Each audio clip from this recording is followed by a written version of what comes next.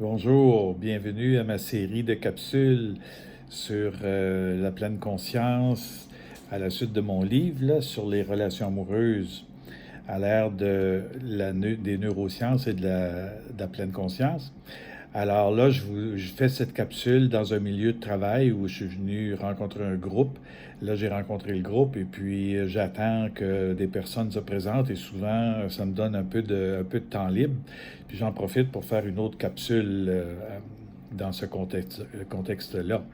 Là, je viens de passer à travers, je pense, c'est 6 ou 7 capsules sur qu'est-ce qu'un couple éveillé. Et puis, si vous avez écouté ces capsules-là, vous avez une bonne idée de qu'est-ce que ça veut dire être réveillé. Et puis, vous avez peut-être pas une si bonne idée de quelle différence ça fait dans une vie de couple. Et vous auriez raison de ne pas être si informé que ça de quelle différence ça fait dans une vie de couple. Euh, Pas parce que ça fait pas de différence, ça fait une énorme différence.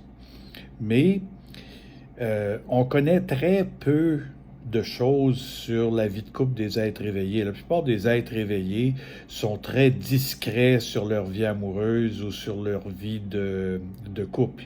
Euh, Par curiosité, j'ai repassé un petit peu ce que je connais de la vie là, des êtres éveillés contemporains. Évidemment, on peut parler des Jésus et de Bouddha, là, qui ne se sont pas fait remarquer par leur vie de couple. Mais dans les êtres contemporains, je pense à différents êtres éveillés que je connais, là, soit par les livres, soit pour les avoir rencontrés. Et puis, on ne retrouve pas un pattern de vie de couple où on peut vraiment montrer à partir de leur expérience quelle différence ça fait.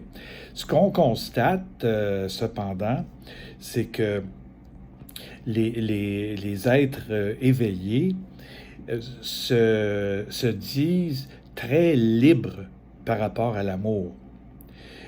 En d'autres mots, une personne qui est éveillée, et puis là, vous commencez, si vous avez suivi mes capsules ou mon livre, vous commencez à savoir qu'est-ce que ça veut dire être éveillé. Ça veut dire être réaliser la pleine conscience de qui on est. Et la pleine conscience de qui on est, c'est l'infini. C'est la conscience d'être un être infini et qui vit dans une forme humaine particulière. Mais la réalisation, elle est faite d'être cet être, cette conscience infinie. Et alors, une fois que quelqu'un a réalisé qu'il est la conscience infinie, c'est pas une théorie, c'est pas une philosophie, c'est pas une cosmologie, c'est pas une croyance, c'est une expérience directe. c'est, c'est ça qui est l'idée. Alors, quand on a vécu l'expérience directe d'être un être infini, c'est direct, c'est évident, c'est direct. À ce moment-là, l'amour humain euh, continue de faire partie de nos vies parce qu'on vit dans le monde, on vit dans la réalité de tout le monde, mais la personne est libre par rapport à cet amour-là. C'est-à-dire que c'est pas nécessaire, c'est pas une nécessité, c'est pas un besoin, euh, mais c'est une forme de vie qui convient à certaines personnes et puis qui convient moins à d'autres. Et la personne éveillée se sent tout à fait libre parce elle est libre par rapport à ces modes de vie-là, vivre seule ou vivre en couple, parce que la personne éveillée a trouvé la complétude de son être. Elle se sent complète à partir du moment où elle a réalisé qu'elle est la conscience infinie. À ce moment-là, il y a réellement une impression d'être complet, qu'il n'y a pas de besoin de devenir meilleur ou de devenir plus complet en étant amoureux ou en vivant avec une autre personne. Même, il n'y a plus la nécessité de devenir plus complet en essayant de travailler encore sur son ego. Ça devient quand la personne est libre par rapport à tout ça. Alors, c'est pourquoi dans les témoignages des êtres éveillés, euh, on ne voit pas de pattern. C'est comme si les êtres éveillés, comme ils sont libres par rapport à l'amour humain, bien, on retrouve toutes sortes de patterns. Et il y en a qui vivent en couple avec la même personne pour de nombreuses années. Il y en a qui vivent seuls. Il y en a qui ont des relations qui durent plus ou moins longtemps. On retrouve à peu près de tout. Ce qu'on retrouve pas, ou ce dont les êtres éveillés parlent moins, c'est le comment de cette vie amoureuse-là, comment ils la vivent. Alors, on n'a pas beaucoup de données là-dessus. Cependant, s'il y avait plus de couples éveillés, on aurait plus de données sur qu'est-ce que ça donne. Maintenant, ceci étant dit, une fois que, si vous avez écouté les capsules sur ce qui caractérise les couples éveillés, on voit bien que le bonheur, en tout cas, si on peut commencer par ça, le bonheur ne dépend pas d'être amoureux ou pas, d'être en couple ou pas. Le bonheur ne se trouve pas dans l'amour. Le bonheur se trouve dans la réalisation de ce qu'on est. Et quand on réalise qu'on est un être infini, qu'on est la pleine conscience, c'est comme si on réalise que, comme on est l'infini, on est relié à tout. On est l'amour, si on veut, d'une certaine manière. Incarné dans une forme humaine relative, ça c'est certain. Mais la conscience des êtres éveillés, c'est d'être complet, d'être infini. Et quand on reste dans cet état-là, on ne sent pas le besoin de devenir plus complet dans une relation amoureuse. Ça enlève énormément de pression à la vie de couple. Parce que, imaginez-vous, dans les amours plus communs, plus connus là, de la grande majorité des gens, les amours qu'on a tous connus, on sait bien que notre bonheur dépend de l'autre. Et si l'autre ne satisfait pas à nos attentes, on devient facilement malheureux. Ça change nos humeurs, ça change notre joie de vivre. Bon. Alors, c'est une immense différence.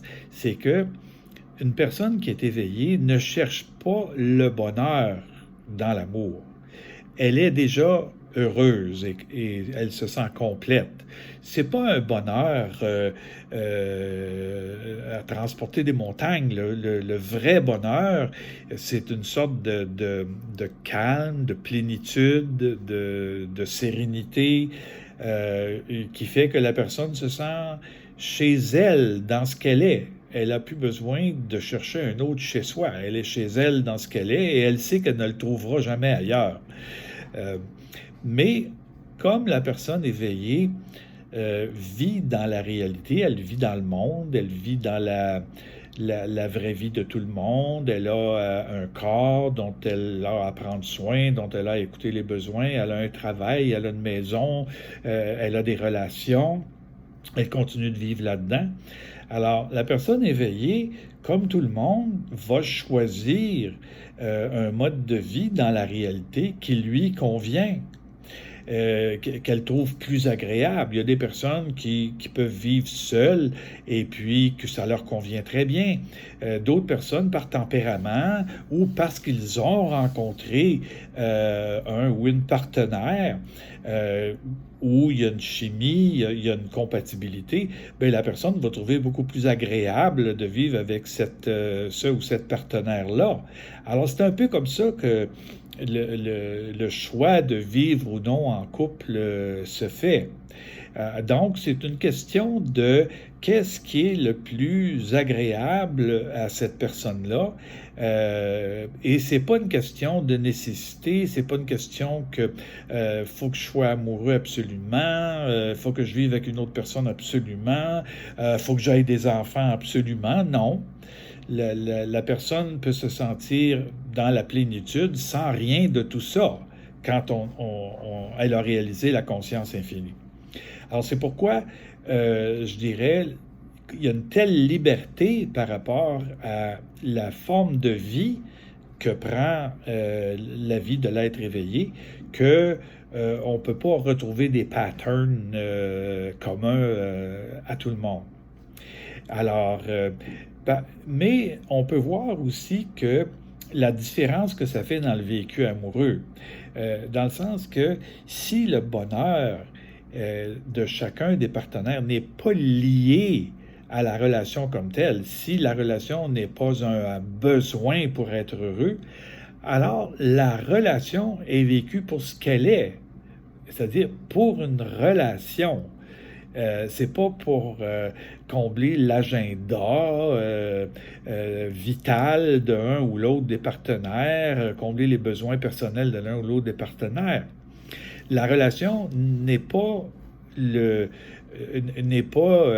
j'allais dire, dessinée là, ou vue à partir de l'agenda de chacun des partenaires. Elle est vécue comme telle, comme une relation. Alors, une relation, c'est chacun s'ouvre à l'expérience de l'autre et vice-versa. Alors, il y a une ouverture à l'expérience de l'un et l'autre, libérée, je dirais, des contraintes des agendas personnels. Parce qu'il n'y a plus d'agenda personnel. Le moi n'est plus important. Alors, l'agenda personnel devient secondaire. Alors, c'est la relation pour la relation qui est vécue. C'est pas une relation pour satisfaire un agenda personnel ou un moi qui a besoin d'être grandi en s'appuyant sur l'autre, etc. Le moi n'est plus en jeu. Ça a peut-être l'air un peu abstrait ce que je dis là, mais pour moi c'est pas abstrait parce que j'ai la réalisation de cette conscience, je suis la réalisation de cette conscience infinie et ce que je dis ça correspond exactement à ce que je vis. Alors ça change beaucoup la texture d'une relation amoureuse que de l'aborder une fois qu'on est éveillé. Alors disons que pour le moment, je vais en rester à ces quelques réflexions-là. C'est simplement pour dire que l'éveil à la pleine conscience, c'est quelque chose que chaque individu peut rechercher. Quand on l'a réalisé, cet éveil-là, le vécu amoureux devient beaucoup, beaucoup plus libre, plus léger. Il n'est plus dépendant des agendas, des besoins de chaque ego, chaque moi qui est pris dans la relation. Il est libéré des contraintes d'avoir des enfants ou pas d'enfants. En d'autres mots, les aléas de la vie quotidienne sont vécus comme quelque chose de tout à fait relatif. L'essentiel, c'est de rester dans la pleine conscience de qui on est et on vit les aléas de la vie quotidienne, même si c'est frustrant, on les vit avec cette légèreté, ce bonheur qui est toujours là, qui caractérise la personne éveillée. Alors, pour le moment, c'est tout ce que je vais dire et je vais vous laisser là-dessus en vous remerciant de m'avoir écouté et je vais continuer dans des prochaines vidéos de développer cette idée-là de quelle différence ça fait d'être éveillé dans une vie de couple et ensuite comment un couple qui est déjà en couple et puis qui veut devenir éveillé, eh bien, quelles étapes ou quels comportements ou quelles habitudes il est bon de prendre pour parvenir à cela. Chose certaine, c'est qu'il y a beaucoup de problèmes dans la vie de couple. Et on sait que la vie de couple, c'est tout un défi. Et il y a beaucoup de problèmes et de défis et de conflits qui viennent des moi qui comptent, qui ont mis leur bonheur dans le couple. Ça met une pression énorme sur le couple et le couple ne peut pas répondre. Le couple n'est pas la réponse au bonheur de chaque personne. La seule réponse au bonheur de l'humain, c'est d'être éveillé à sa vraie nature et d'être éveillé à la conscience infinie qu'il est. C'est là que se trouve le bonheur. Alors, le bonheur n'est pas dans l'amour. Quand on aborde l'amour avec cette liberté-là, l'amour devient un mode de vie beaucoup plus intéressant. Alors, je vais développer ça dans des capsules, dans des prochaines capsules. Merci de m'avoir écouté et à la prochaine.